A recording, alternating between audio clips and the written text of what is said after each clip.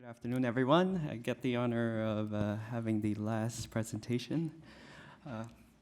So we're going to make this a little interactive in the beginning, but before I start, I want to thank each and every one of you for taking the time this afternoon, and especially to Dr. Kinney and Dr. Sharma for making this event possible.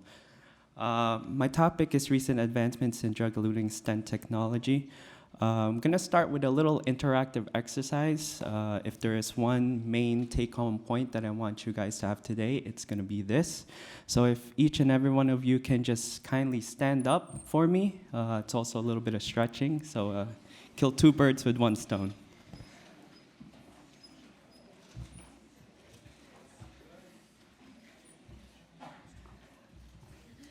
So now I want this about halfway to this side, the right side, to sit down, please, kindly. Thank you. So if you just want to take a look around, what this represents is on the left side, the people standing roughly starting 40 years ago to about 20 years ago. The main mode of PCI was just angioplasty. And what those people standing meant was when they received angioplasty, usually within the 1 to 4 hours after, they will need to come back to have that blockage reopened.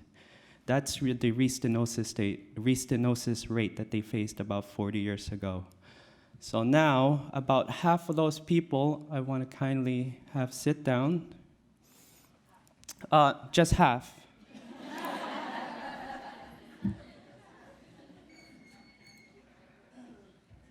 And now what this represents is beginning about 20 years ago, this was the advent of bare metal stents. So now that rate is down to about 30% from 60% with angioplasty. And usually the restenosis rate was seen within the first year or so. So there was some advancements, but still 30% is a relatively high number. And then the next thing, about just the last 3 rows, if we can accept the last 3 rows, everyone else can sit down. This is where we are today. In general, the overall TLR, total target lesion revascularization, is roughly about 10%. Still quite a high number, but definitely better than 30%. And then the last exercise, about 2 people. Everyone else can sit down, just 2 people stand up. So with regards to specific drug-eluting stent technology today, we're about down to 1 to 1.5% in terms of restenosis and thrombosis rate. So from where we started 40 years ago to where we are, specifically with drug-eluting stent, that's what you see now.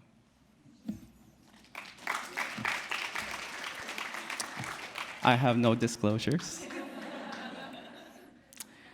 So this is just a brief overview. Like I said, PCI, it's been around for about 40 years, so we've had 40 years of continued time to improve on our technology, starting with the first angioplasty and the first stent 20 years ago. Now, just a couple of milestone events that I've touched upon, specifically the 2002 to 2004 Cypher and Taxus stents approved in the US, and the first drug-eluting stent in 1999 by Eduardo Souza. Hopefully these are marked as revolutions in PCI. Hopefully we are currently undergoing another one. Now, specifically with just angioplasty, meaning just the balloon, these are the primary causes. You have your abrupt vessel closure due to coronary dissection, elastic recoil of the vessel, later restenosis, which led to the bare metal stents. So you can see here a quick graphic illustration as to the pathophysiology. You can see the stent struts being pushed inwards with the endothelialized tissue. Now, why is it important to improve drug-eluting stent technology?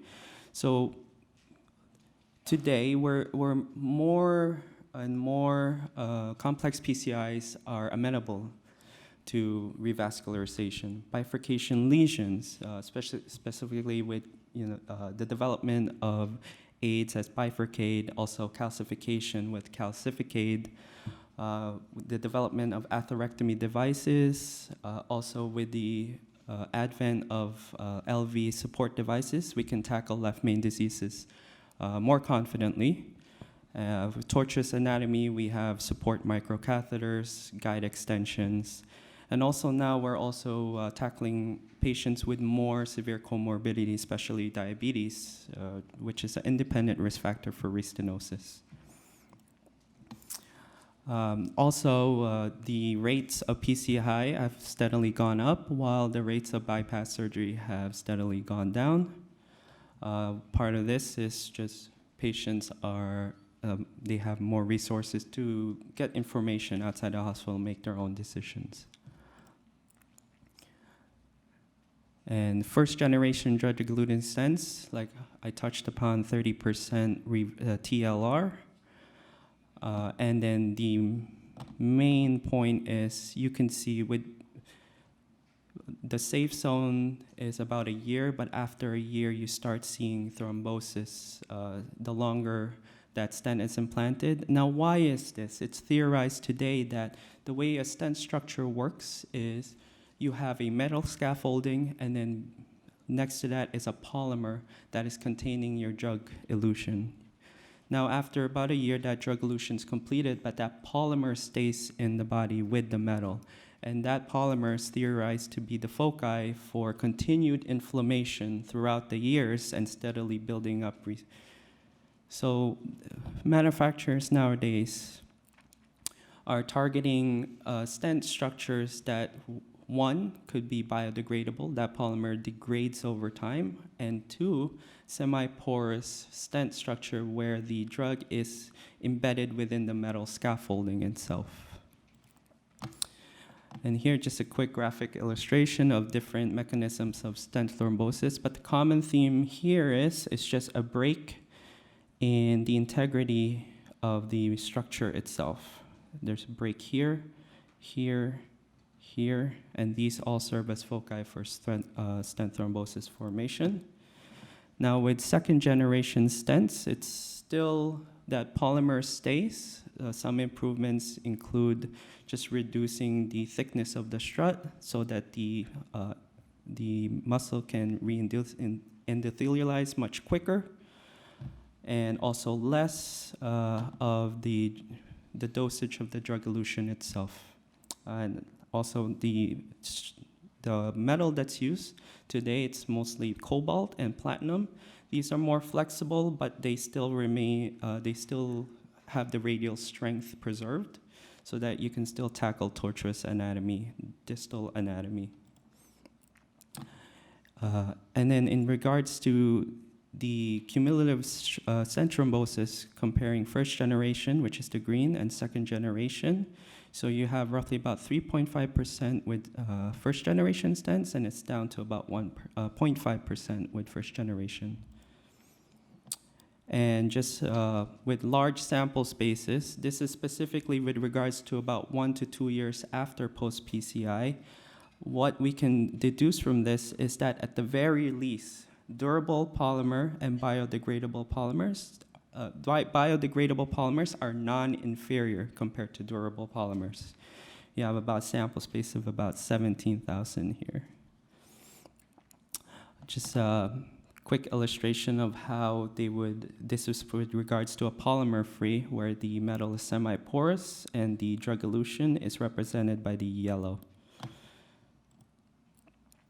And then with specifically with comparing polymer-free versus durable polymer stents, we see the same thing with regards to more than a year follow-up.